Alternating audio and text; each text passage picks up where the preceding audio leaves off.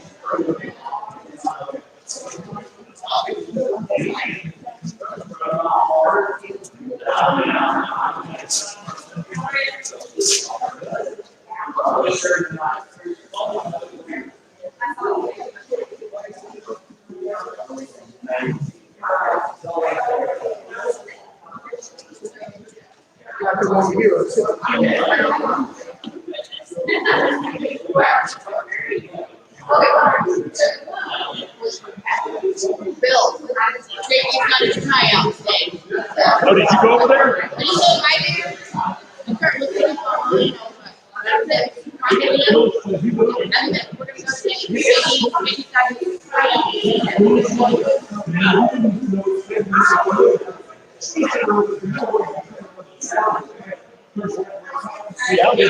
That's not problem.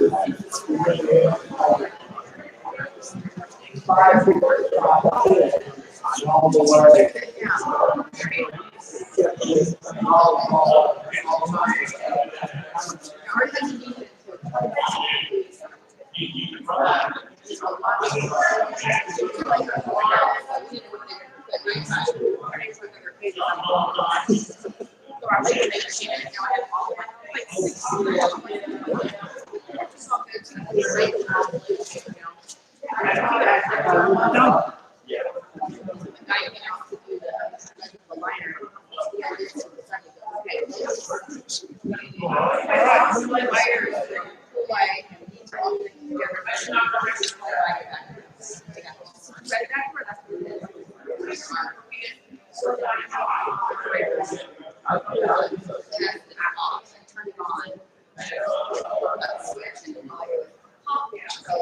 All right.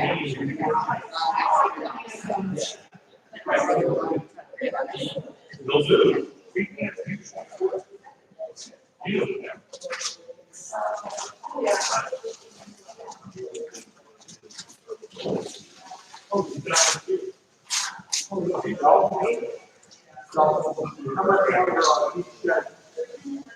So we run out of each.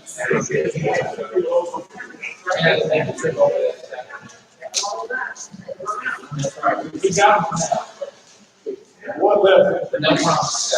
I know there won't say one.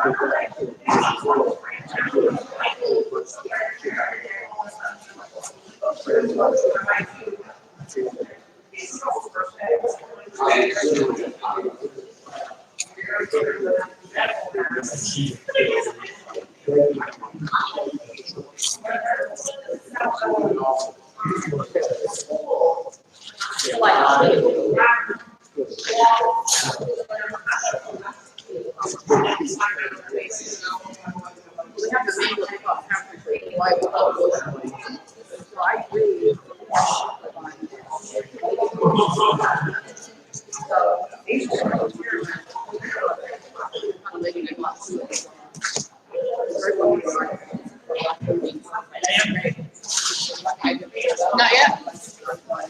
I'm having trouble, so I got Sammy just. It's on.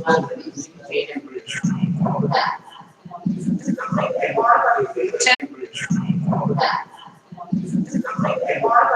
Test. Yeah, give it a shot. Okay.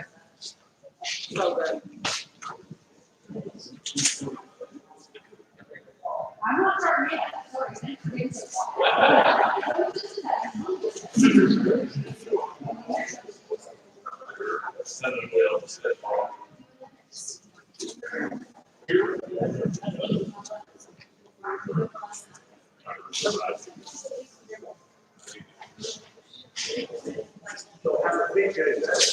We got a few more people checking in, so I'm gonna wait till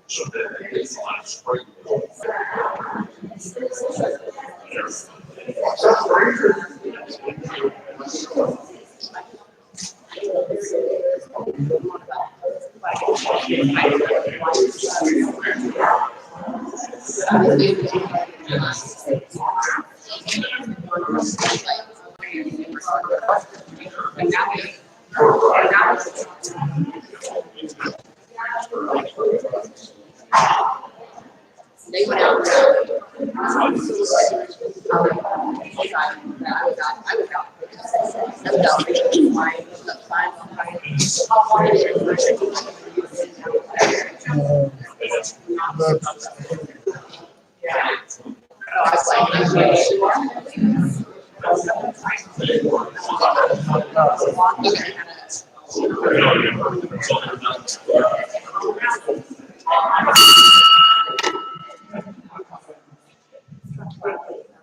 Good afternoon. I'd like to call the meeting to order. Jared Kitt's going to lead us in our invocation. Thank you.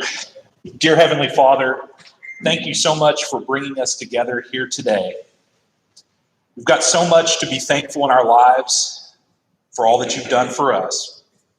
But in this time in our country, we need so much blessings from you. In the face of illness, we recognize our need. We need strength, we need peace, and we need you. Just as Jesus healed those who came to him, extend your hand on us so that we will receive your healing power. We ask this with our hearts and trust in your name. Amen. Allegiance to the flag of the United States of America and to the republic for which it stands, one nation under God, indivisible, with liberty and justice for all. Oh, sing, I know that what so proudly we have, our lives stands free. Jesus, and Christ, and never stop. Worship God, we sing.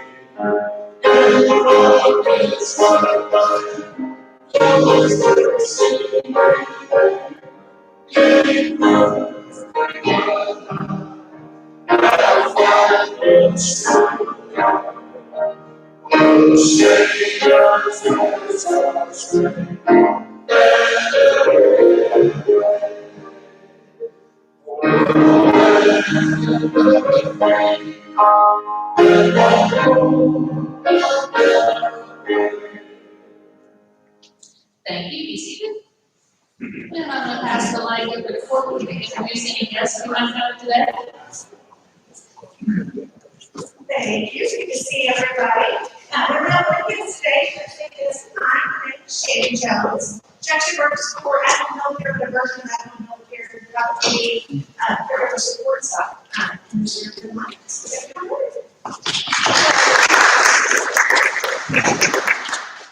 And I'm excited to see Brother Watson here. We haven't seen him in a little while, so glad to see you here today, Brother.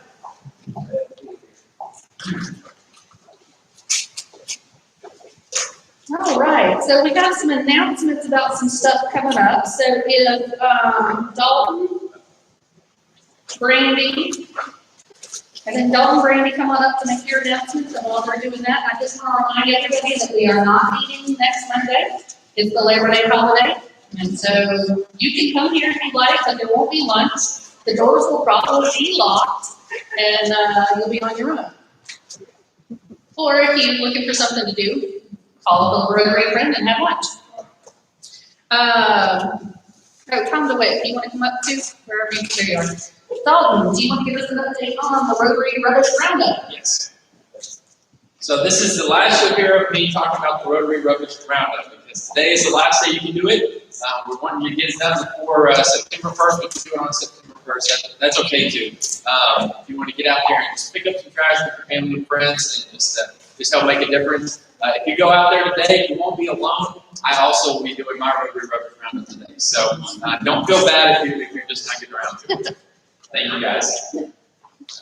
It was exciting to watch people do this. Not quite as many people ended up doing it as I had hoped, but it was nice. Like yesterday, I know Jared and his, was it Saturday? Jared and his family went out to Southside Park and posted some pictures. It was neat to see the hashtag Rotary Rubbish Roundup show up. And Roberto, who's watching on YouTube today, he and his daughters went out as well yesterday and picked up trash. So it's been a great project for all of us, and thank you for those who were able to do it. And there's nothing that says that you have to stop today. If you didn't get a chance to do it, please consider still doing it, because it's all to share the Rotary name and get out and make a difference in our community. So next, Brandy talked about something that's coming up in September. Which I guess is tomorrow, right? It's tomorrow. I don't know what day it is anymore. So tomorrow is going to start our book drive for Literacy Council of Tyler. So I know Whitney's got some flyers, and we'll get those passed out. But if you guys have used books, children's books, we'll be collecting those. My number is on the flyers, so you can just text me and I will swing by and come pick them up. If you have a business and like to have a flyer to put up in your window, that would be awesome. I've already contacted a few of the bookstores here. There's a big children's consignment sale coming up this September, so I've asked them nicely if they're not going to donate all the books to someone else, if I can come and pick them up. So hopefully that'll work out. And so if you have kids in your house, like I do, unfortunately I just move, so we just gave all our phones away in Hawaii before we left, but, save those books and bring them over to us. Thanks, Brittany. And you'll see some more information come out in the next couple days, but September is for Rotary International's Basic Education and Literacy Month. And so we thought this was a perfect tie-in to promote basic education and literacy, as well as support the Literacy Council, the current executive director who's resigning as part of our club, and the new executive director, if you guys are not aware, Whitney Patterson, will be named executive director October 1st. Congratulations to Whitney on that. And I'm gonna ask past District Governor Tom DeWitt to share information about the passing of past District Governor John Monacock.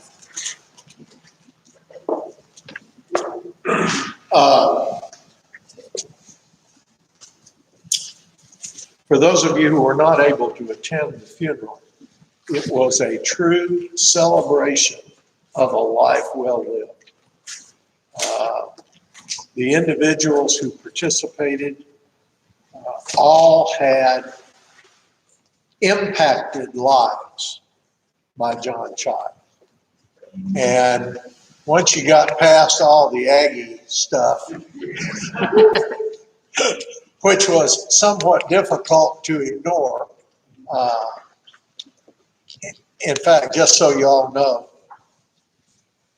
John's detailed requests for his funeral included that the embalmer position his left hand down at his side with his Bible in it, his rotary pin in his lapel, and his right hand forming a giggle across his chest. He was wearing an A&M tie. He was wearing an A&M, brand new A&M white on white hat. Since the cover was down, I couldn't tell you whether he was wearing his boots and his spurs or not, but he was ready to meet his maker. South Tyler Rotary did in fact send a beautiful flower arrangement, yellow roses and blue carnations and stuff. It was an expensive wreath, but certainly appropriate given John's impact in helping our club over the years. And so today we're going to pass a hat to see if any of you would like to participate in that and reduce the impact to our budget. And we'll start with the rich guy. There you go. That's good. Tom, can I have the microphone back? Well, actually. And I have a request from those watching on YouTube. It looks like we've got about 10 people watching on YouTube. They want to see who all's here, so I'm going to pan the room. So everybody start waving when the camera comes around to you. Say hello, everybody. Wave. So we're going to do a slow pan back this way. It's a way of letting them know that they're appreciated. All right, did that work? Okay, perfect. Here.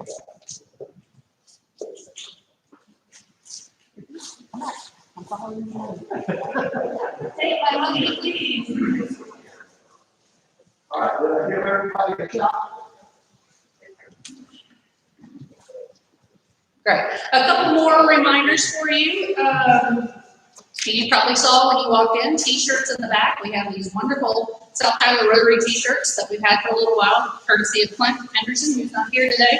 We're selling them. They're $10 a piece. Make certain that you buy one if you're interested. They're great shirts. They're very comfortable, and they have us, our logo all over it. There we have South Tyler Rotarian serving, and then on the front it's got our logo. And it was great also to see those in the pictures. Jared got his shirt, and he was wearing his the other day when he was doing the Rotary Rubbish Cleanup. So Rotary Rubbish Roundup. That's hard to say.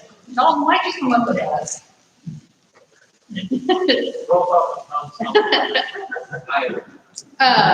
Mentioned the t-shirts. We're also looking for a couple more people to help out in committee roles. Specifically, we're looking for a few folks who might be able to help Tom Seal with the front check-in.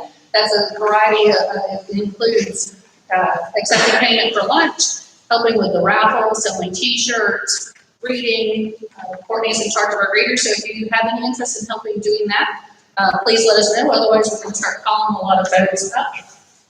I did want to share the Bullard Rotary Club is hosting a golf tournament, and I said, well, we got some retired folks in our club that like to play golf. So I wanted to share with you guys that Bullard Rotary has a golf tournament coming up on October 12th. It was included in the bulletin that went out yesterday, so if you need any more information, please let me know. Don't forget the grant applications are due in a couple of weeks, September 14th, so actually 2 weeks. That's coming up really quick.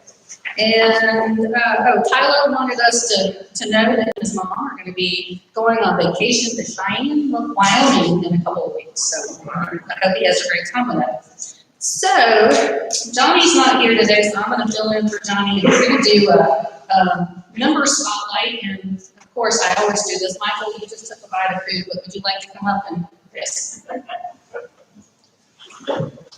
I look around the room and see just who's getting ready to take a bite of food and say, hey, why don't they come on?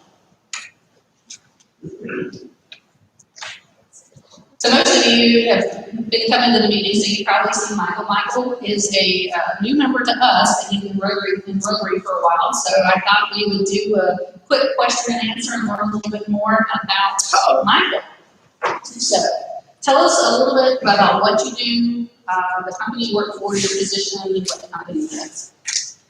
Well, before that, most importantly, I'm a Taurus. I like long walks over the ocean. My favorite color is Baylor green.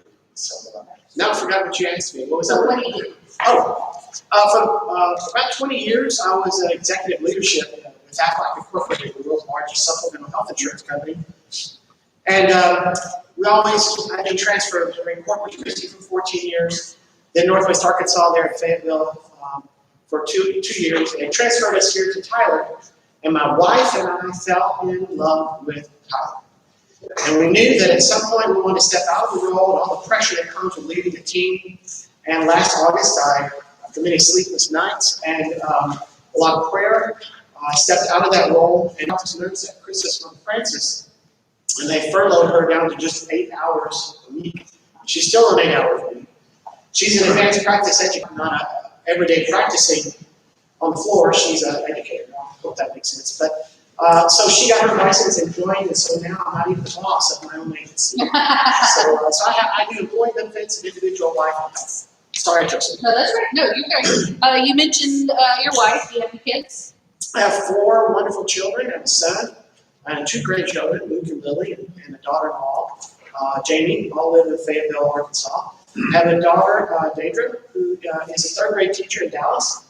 I have a daughter, 22, who is a senior at the Baylor School of Nursing in Dallas. And my wife graduated from there too, so when she gets her pin, there's going to be a lot of tears. I'm quite certain, because Catherine graduated from the same school that Tammy did. And then I have a daughter, Lauren, who you're not going to believe this. So first let me tell you, Lauren is my stepdaughter. Now you'll believe this. Lauren is a Houston, Texas cheerleader. She's about 5'10", absolutely gorgeous, looks a lot like her mother. I did pay for her racing. I do have my part in her book, but she is the drill team director at Pasadena High School, the Eagle Escorts, and those are my 4 kids. And I understand from being your friend on Facebook, you have a couple of different hobbies. One, talk about your house. Okay, you're embarrassing me. So talk about your house. Then you do some reenactments, I think. Right. And you sing. Yeah. Okay, so I don't know that I'm that unusual. We were just really blessed. One of the things we fell in love with were the people of Tyler and how friendly people have been, and the neighborhood we've been privileged to live in. We live just outside of the Azalea District in the Brick Streets area. I'm actually right across the street from Gary Elementary, and across from Mr. Musselman's beautiful mansion there. I always try to tell people we're trying to be the second prettiest house on the block. There's nobody will ever beat that beautiful Chilton mansion. But I'm at the corner of Chilton and Phillips Street. Our home was built in 1934. It's a Maybe so, you know the history of it. Anyway, it's an American colonial revival, and we always wanted a historic history that.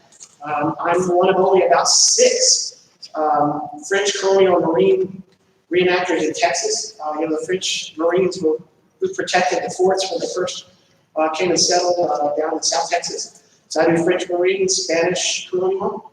I do, of course, Texan at the Alamo. I do American colonial, 1st Virginia. My ancestor was the colonel of 1st Virginia. And so is the 1st Virginia colonial line. And then I do both Union and Confederate, both Confederate enlisted and officer, and Union just enlisted man. I've done reenactments for about 20 years. And finally, love to sing. I am a barbershopper for about the last, well, my whole life I've been singing, but for about the last 15 years. And I am a lead in the vocal majority out of Dallas. If any of you are familiar with vocal majority, I'm just blessed to be a part of that one. 13 consecutive international championships. One of the greatest men's choruses in the world, and I'm still just amazed they took me. With COVID, I haven't been approved for riser qualification because you have to dance. And they can't get me, they won't have practices so we can dance for them. But I'm not much of a dancer, but it's dancing like this. Hey, whoa. It's not major dancing, but I'm approved vocally, but not approved dance-wise. So they canceled our concerts through the whole year. Look at that, I joined in January during the COVID year. But it's always been a dream of mine to be in the vocal majority. And then I sing first tenor here in Tyler at the East Texas Men in Harmony. And some of you have seen us when we sang for you at Christmas the last couple of years. So that's me, Michael. And last thing is, you've been in another Rotary Club. What brought you to Rotary, and why did you decide to join us? Well, first, I just love John Childs. I've been in the Tyler Rotary Club since I came to Tyler. Was invited to join by Ian Edwards, so I'll always be thankful for him. And I was very, very active there in the chapter. And was looking to be able to meet more people and to be able to serve in a greater capacity. I just felt like, I love the folks at the Tyler Rotary Club. Not being negative, I was just looking to expand what I was able to do. And they kind of had me in one area. And they didn't want to wait 2 years to be able to move into a different area to serve. Was not frustrated or unhappy. I love those people. Was thankful to be a part, but wanted to move here where I told you I came here to serve. I really did. I really want to serve in as many capacities as I can. So that's what brought me. So about 4 years with Better Winter.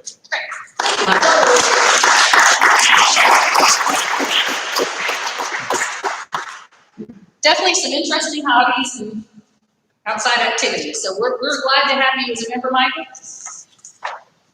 All right, so Bill Coates, it's up to you. I do want to, Colleen asked me to remind me that your month of speakers is over today. So Bill always lines up our sports in August every year, so we really appreciate all the great work you do for us. And I'm going to turn it over to you. Thank you very much. Well, hopefully I'll say the best for last. Well, we'll see about that, right? Hey, first of all, welcome back, Brett.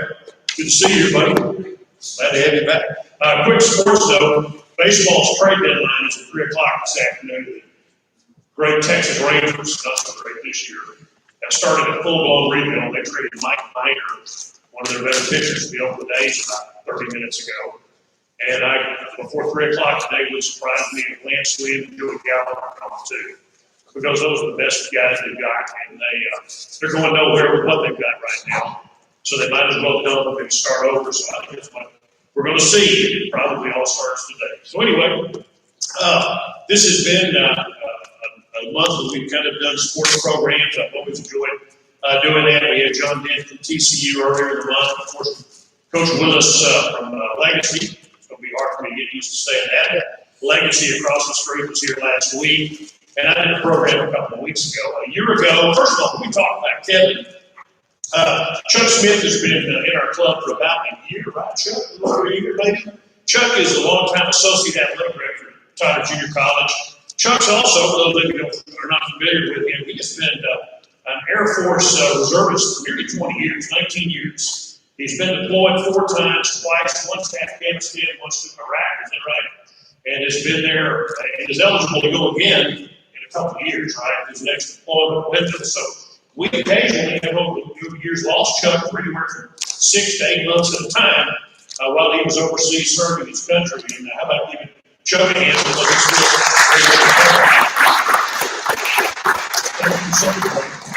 A year ago, Kevin Best came to us from Illinois. Wapsie, is that the way you pronounce it? Close enough.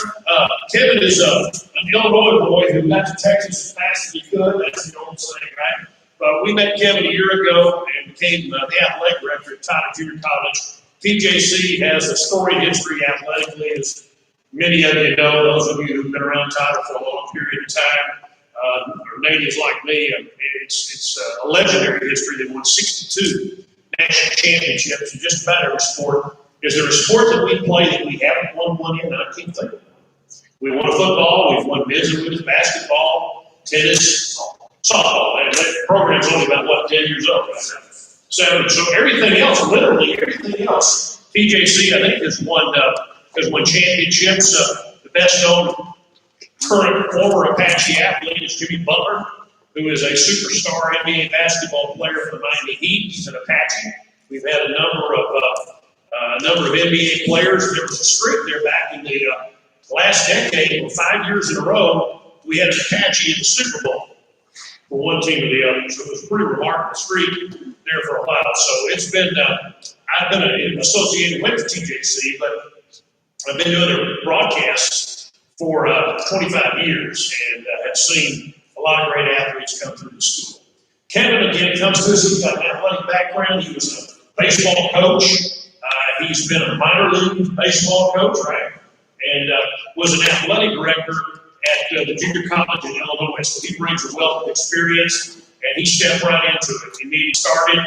We got through the basketball season, and a week later, everything pretty much shut down. So he has been through a challenging year, but the Apaches are very much 300 athletes on that campus in all the sports. And it has been a long time winning for college, but the mission for junior college athletics is what they do, and how you negotiate, through all this, and get, back to playing and being what you hope to be, and, managing that many student athletes is a heck of a chore. So, without further ado, give me ask the TJC. Thank you, Bill, and thank you all for having me. Bill sent me a text yesterday, it's cooler than mine. You're a lot more interesting than I am. But I will share a little bit about where I came from, because I've ever heard of Gales Cressy or Royal Shirt. That's the hometown of Jim Sumberg, who called the last pitch of the 85 World Series. And then went on a great career with the Rangers. But, I grew up someplace where sports was really important. I also grew up in a town where most folks went to work in the factory, the railroad, or into the military after they graduated high school. And for me, I had a father who served in the I would go on to a career in the military. And then, many of y'all remember January of, 2000, what would it be, 1991. I come home and I watch us bombing Iraq on TV. And for a guy 44 years old, that's the first time in my life I've ever seen the real part of war. And so the work that Chuck does outside of Tyler, the work any of our veterans do, I'm so grateful for your service. But I also learned really quickly that I thought I was tough. I'm not sure I'm really that tough. All right? And I don't know that was my calling. And so I kind of floundered my way through high school, not knowing what I was going to do, knowing that I didn't want to go work in a factory, knowing I didn't want to go to the rail yard. But what I could do was hit a baseball. And I graduated high school, not a very good student. I tell this joke in public when mother hates it, that I'm part of the reason there's a top half of the class in high school, because I was in the bottom half of the class in high school. But I had a coach that recruited me to go to college and play baseball.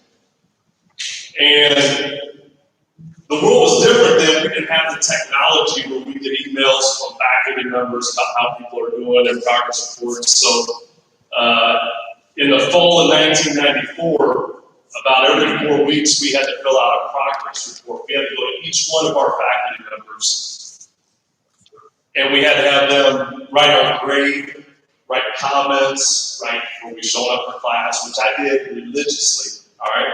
Didn't miss class. Growing up in a military household, that wasn't an option. You showed up to class. I turned in all my homework. But I was so unprepared as a student at that point in my life.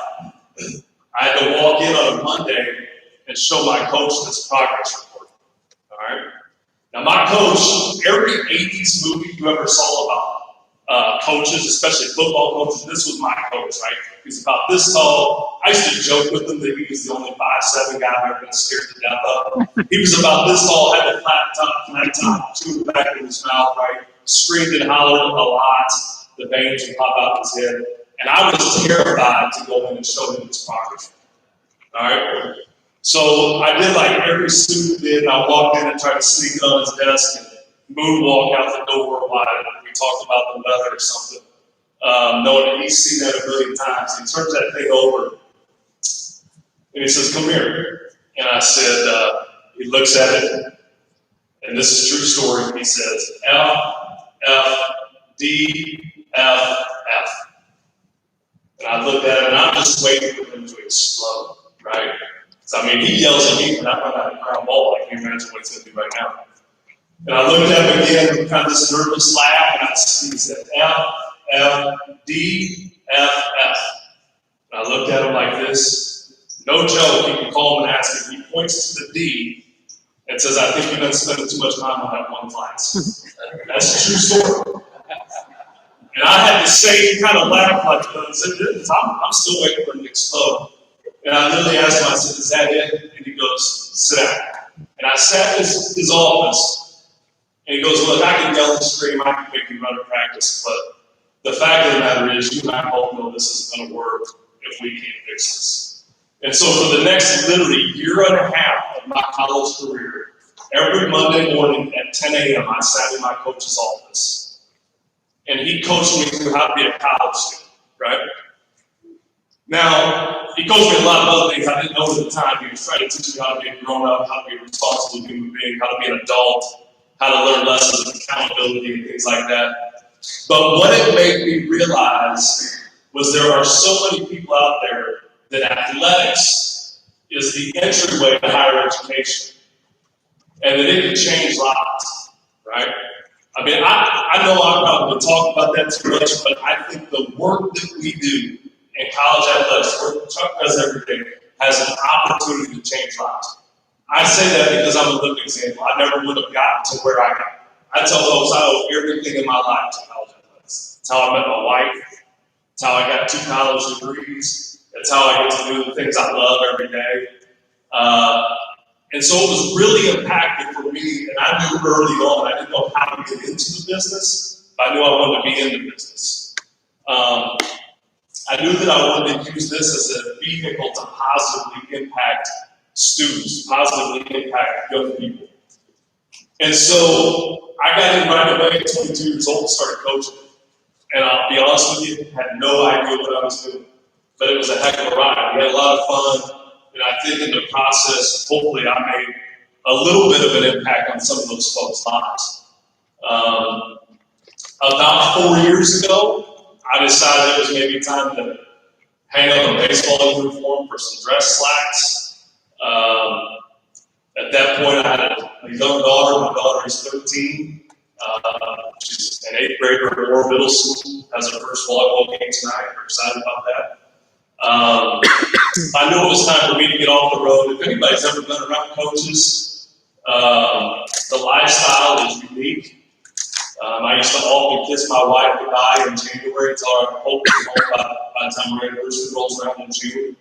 And I knew that I wanted to maybe have another opportunity to watch my only child grow up. So I transitioned into college athletic administration. Got really lucky, had a great job at Waubonsie Community College in Illinois. That's it, Waubonsie.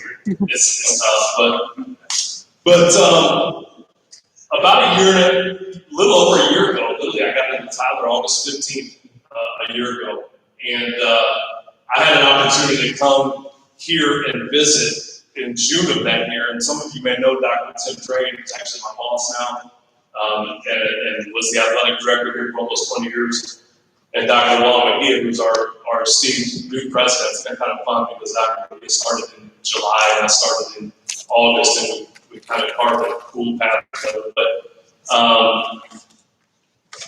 I knew about Tyler. Like, there's a saying in junior college athletics, Bill mentioned this, it's the elite of the elite. I hope folks in this community understand, and I've got a chance to meet with all of our student athletes, and we can talk about COVID and all that stuff if you want to, but over the last week, I've got a chance to meet with every one of our teams, and one thing I tell them that this is the elite junior college athletic department. I've got a chance to meet with every one of our teams, and one thing I tell them that this is the elite junior college athletic department in the country. 62 national championships, guys in the NBA, the NFL, Major League Baseball, it just doesn't happen everywhere. And so I knew that was something I wanted to be a part of. I wanted two things. I wanted to be a part of an elite athletic department, and I wanted a place where it was my family was part of this club. And so really quick, I found out when Dr. McGee and Dr. Dre that was going to be part of it. This was a family deal. Here's what I wasn't ready for, and I think this hopefully resonates with you all. I had no idea how special this community was. And I landed here in June, and Tim Drain picked me up at an airport. And his wife Holly and I, we got to spend some time at dinner, and I spent 2 days here. And it literally felt like home. I think we said this a year ago when we got here. It felt like home the minute I got off the airplane. Then we moved here, and this community, I tell this to recruits, I tell it to new employees. I've never been a place, and trust me, that's my wife, we moved, right? Plenty of times we moved. I've never been a place where a community just completely wraps your arms around somebody and says, welcome to time. And it's special. And I want you all people to know that, because I don't know that you get that everywhere, and it's made us incredibly happy to be here. I said this about a week ago. It made this place home for us really, really, really, really fast. It's felt like we've never been anyplace else. And so we got started work. Chuck and Kelsey Weeks, our assistant athletic director, did most of the heavy lifting, and I literally just got on and rode their coattails and went along for a ride last year. It was a lot of fun. We're rolling through. We won a soccer national championship for number 62. And then, as Bill said, we get through the winter sports, our women's basketball team get regular national championship. I'm literally flying home on a Sunday to hop in a car and go to the national tournament when we kind of pull the plug or get pause on all this. And so here we are playing a waiting game. But what it has done is give us an opportunity to work on what's next for Apache Athletics. And one of the things I truly value about Tyler Junior College is we have this unique ability to remain attached to our history and proud of our history, but still be progressive and do new stuff. And so that's what's been a lot of fun. Chuck's been very instrumental in putting some of this stuff together. Some of the things that we are working on in terms of taking the next step, not only as an athletic department, but as a college, I think will continue to have benefit on this community. I think that's important to us too, that we are here to serve the people who have always supported us. We were just awarded restaurants and seeing our great community. We're currently embarking on probably the most exciting thing that is on the horizon down here. If y'all have ever been to our campus, there's an area of campus we call the Eastern Frontier. All right, we fondly refer to it as called a path. Now they're putting a bike trail out there. If you want to know one of the reasons we have the coolest president in the country is because we actually have a paintball field out there that Dr. McGee plays paintball on. I learned that I also play paintball. I'm not very good at it. And so we're trying to develop a cool area of campus that will also serve our community. Baseball and softball field down the road. We'll hopefully go out there and do some cool stuff. And so it's really giving us a chance to kind of take a step back and focus on what we're doing. Mostly, though, what is most important and will always remain most important to us is that what we are doing gives our kids opportunities. And so if you look at the NJCAA hashtag or tagline or whatever they call it, it is always opportunities start here. And so people always ask, like, why is winning important, right? And if you've ever been a coach, you probably just want to get up and explain why winning is important. But more important to us is it creates opportunities for our kids. Having a national stage, having a national presence creates opportunities. And those opportunities include our community, serving our community, having community learning projects, things like that is so very, very important to us. And so I think, Apache Athletics, as Bill said, it's kind of humbling to only be the 5th athletic director in the history of the college. I mean, you look at Dr. McGee's role, he's the 7th president. So, I mean, you look at constant, sustainable leadership and how important it is in this community, but it also gives us a chance to kind of try out some new things, and we're really, really excited about where we're going. Hopefully we'll get through COVID and get back to work. So with that, I'll take any questions if y'all have. Yes, And of course, I did it to myself. ma'am. There you go. How much does your ring weigh, and what is it for? So this is oh, it's heavy. This is our women's soccer national championship ring from last fall. So I have a long way to go. How many is Dr. Drainer? 30. I think, and actually maybe the person that's closest is Evan Wire. I guess Dr. Drainer that close. But yeah, we'll probably wear these around, as I guess a visual symbol of our excellence. But I don't wear it every day. I'll just walk around with it. It's funny because every once in a while we want stuff. And if my daughter sees me put it on, she's like, here. Yes. You said that you were in your job there, with the athletics at TJC, you were part of the elite of the elite. So could you just give us again a couple of bullet points of what makes that the elite that you got to be a part of? Absolutely. I say this all the time. I mean, 62 national championships is impressive. All right, it's second all time in the history of the NJCAA. The school that is first has won like 80, and like 79 of them are in swimming and diving. Like they just win swimming and diving every year. So I think what Bill said that is unique about Tyler Junior College is we are really good at everything. And I think if you look across the board, we talk about softball. It's the 7th year of our softball program, and we've been to the national tournament 5 times, 5 out of the 6 years. One of our core values at the college is excellence. And so we don't believe in doing a lot of stuff that isn't really good. So there's the wins, there's the national championships. But to me, I think what makes us most elite is the opportunities that we provide for our kids. I mean, we're talking about the NFL. There's 3 kids right now. I say kids, they're like 24, but I say kids that are in the NFL training. And those are really cool things. I'll also tell you, we got a ton of guys and girls who went on to be doctors, lawyers, and a million other things. So I think when it's the elite of the elite, people will see the rings and the championships and the banners, and that's important to us. But what they don't see is what Tyler Junior College did to provide them an opportunity moving on after they left here. I've been blowing that guy off. I'm glad you're a baseball guy, but years ago, TJC gave scholarship to baseball. You foresee that being a recurrence anytime soon? It's hard to say anytime soon because of just what's going on and the uncertainty that we face. I will tell you this, we are kind of in the finishing stages of an athletic strategic plan. And it doesn't specifically lay out, we're going to move something to scholarship or non-scholarship. But what it does is create avenues by which we evaluate all of our sports offerings and all of the levels they compete at. We expected to have to make a decision about that this fall. So the NJCAA, there's a cyclical process that every 4 years you commit for the next 4 years. That was supposed to be this fall, and because of everything that's happened with COVID, they pushed it back a year. And so part of what we will do, I think it's important that we always evaluate our offerings, and we all evaluate what level they're playing. And so during that process, we'll figure out, is that the right move for us to go back to Division I?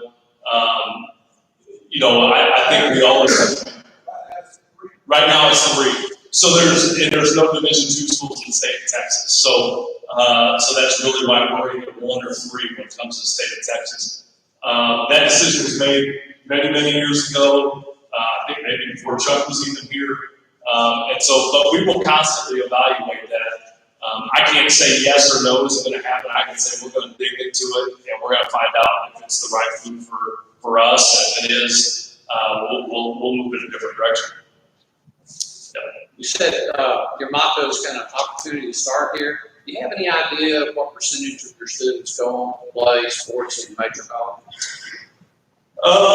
You know, Chuck, we have to do this. So, no, we do. It's really weird. You know, what we have to do, I think we measure how many people actually went on. All right. So whether it's either play or go on and get a degree, and it's over 80%. The unique part about this, we're measuring people. So what do we measure? We're measuring people who would have graduated 3 years ago from Tyler Junior College. So it's really strange, like we're working 3 years backwards. But it's over, we have to submit it. So SACS is our accrediting agency. So as part of that accreditation, we have to submit, a report on how many of our kids moved on. And that bar, I'll say, under Chuck's leadership, under Dr. Train's leadership, if you look back historically, it continues to climb. It continues to climb. And I think a lot of that is not only the work of our coaches who do an amazing job. If you ever have a chance to go, we have the best coach staff in the country. And I can say that without hesitation, they're amazing at what they do. But it's also on their commitment to them being great students and pursuing activity. I mean, last year, for the academic year, we had a cumulative grade point average in our department of 3.11. All right, so for 300-ish student athletes, I think we have been as high as 2.9 in the past. It's pretty impressive. So when I say we're the elite of the elite, I think we're elite on the academic side too. And so we move a significant number of those folks on. The really cool part about some of those folks is they end up coming back here. We just hired a new assistant men's soccer coach who played here. I'm literally out at practice the other day, and Chuck would know the guy, but we had a student athlete who played here, went on to the University of South Florida, was working for St. Urson Farms, had a chance to get transferred to Tyler and jump at the bid to come back to Tyler. He was living in Florida. So it's unique too that we have this way of reconnecting people and bringing back in here. But I also think, to the point I made earlier, that's what's special about this community is they leave here. Maybe they weren't from here originally, but they leave here and they always think, hey, that's a place I can move, right? That's the story, right? Like that's the place I can move to and come back and spend my life. Okay. Just a couple of things. Phil Beach did talk about the schedule. It's been, needless to say, drastically changed for the coming year. But just having done the football and basketball for a long time, just from my point of view, Tyler, the black and gold school everybody wants to beat. I mean, that's the one everybody circles in both sports. If they beat Tyler, then that's kind of like Notre Dame, Texas, whatever, pick a school, Ohio State, at that level, Tyler's that, certainly the state of Texas, for sure. And this conference, I think, it's everybody, they're everybody's biggest rival, which makes it really tough. I mean, and especially the two biggest sports, and talk about the schedule with boys here. The schedule as well. Chuck is probably more suited to talk about this. So I joke with Chuck that I've realized over the last couple of months that he's still in the Air Force Reserves, and I'm pretty sure they build fighter jets with Excel spreadsheets because Chuck can build the spreadsheets about anything. In July, the NCAA announced that we were going to move the vast majority of our competition from the fall to the spring. So we're doing, you keep hearing this word, uncharted territories, whatever. I mean, that's what we're doing. We're doing something that in college athletics we've never done. As a conference, that forced us to reschedule basically about 700 athletic events. It also means at one point in time during a couple of weeks in April, we will have all 12 of our team sports will be competing at the exact same time. Wow. So when people say how you can do this, I always joke that I'm going to take December off and nap because we're not going to get a lot of sleep. But Chuck has worked with our region administration on trying to figure out how we can do this and lay out a schedule that allows teams and schools. I mean, you think about some of those things that go into this. We're doing these schedules and we realize there's only so many buses, right? So we can't have 9 teams on the road in one day because there's not a way to get 9 teams to wherever we need to get them to go. And so all of our sports will kick off in the spring. Basketball will start in January, early January, And we'll have basketball and volleyball at the beginning of the semester. There's going to be overlap in the middle. Baseball, softball will start on time. Football will kick off in March. Men's and women's soccer will kick off in March. And we will go from January 20th, I think is the first day of competition, to hopefully play in a national tournament on June 5th with BC National Championships games. And so, ironically, when I said this earlier about my wife, I came home and told my wife that when we made this ruling and we realized we see this plan of what's March through June football, and then turn back around and go back to the normal deal for next. Yeah, so that's been an interesting topic, and you hear this about the Big Ten, right out the Big Spring, and then come back into the fall. I can tell you for us, the NJCAA is already having conversations about potentially pushing back the start of fall 21 football. So we have a longer gap in between. We literally, I think probably in all of your businesses, we probably won't know the full effect of COVID-19 for many years. Athletics is the same way, but I can tell you it's probably going to be a 2-year process for us to get back to the regular schedule that we've had for 100 years. And so I think that's really where we're at. So I think we will end in June. I would anticipate that football the next season, instead of starting September 1st, probably start somewhere closer to October 1st and give them another month of recovery and things like that. Any more questions? All right. Yeah, there are gonna be a lot of hands in the stands, so, mark your calendars for, what we finish up in April? Not yet. This week. Maybe we can have a Rotary outing to go watch TJC play a variety of sports. In the pot when Jim Eccles won about a month ago. Did you say 3,000? No, one. 1,000. He might have wanted some of that. But he has agreed to let the club use his portion of those winnings to incentivize the Paul Harris Fellowship Program. So,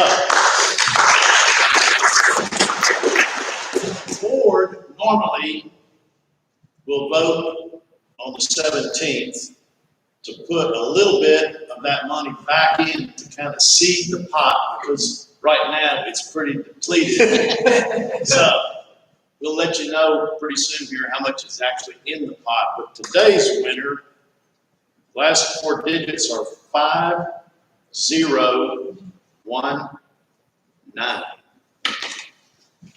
5019. All right. Hey. All right. Well, Randy goes over there and. Come over here, Randy. Hopes that he wins big money. Yeah. A couple of closing comments. I know he's not here today, but congratulations to our member, Jeff Cummings. He's also our sales coordinator. He and his wife, Charity, have a daughter that was born over the weekend. Her name is Bella May. And she was born on Jeff's birthday. So if you see him on Facebook, congratulate him. Reminder that there is no meeting next week. Hope all of you guys have a safe holiday. Are there any announcements, anything that we missed from the floor? Anybody have anything that they need to announce? See Jared if you want to buy raffle tickets for Bishop Norman for their raffle. They're $5 a piece. $5 a piece, and there's a choice of a van or a truck or something, and it's in February, right? The drawing's in February. Well, I'm excited to see everybody here. We have about 10 people on YouTube watching us today. We appreciate everybody's flexibility. As everybody keeps on saying, it's unprecedented times. We have all sorts of things that are being thrown at us, and weird things and odd things, and we're trying to make do. I'm glad to see all of your smiling faces today. So we are wrapping up our second month of the Rotary year. It's kind of exciting for that, and it's hard to believe that 2 months are already gone. I'm gonna blink, and the end of the year is gonna be here. Who's counting? I'm not counting. I just truly think I'm gonna blink, and it's gonna be over with. I'm gonna be like, what just happened? As a reminder, our theme is Rotary Focus Opportunities. So I'm going to ask you guys, don't forget to take advantages of the opportunities that are available to you in Rotary. Take advantages of the opportunities that are available to you at work and in your personal life. Don't forget, opportunity is not you. John Hart, will you lead us before we go? Four-way test of the things we think, say, or do. First. Is it true? Second. Third, Third. Better friendship. And fourth. Will be beneficial to all concerned.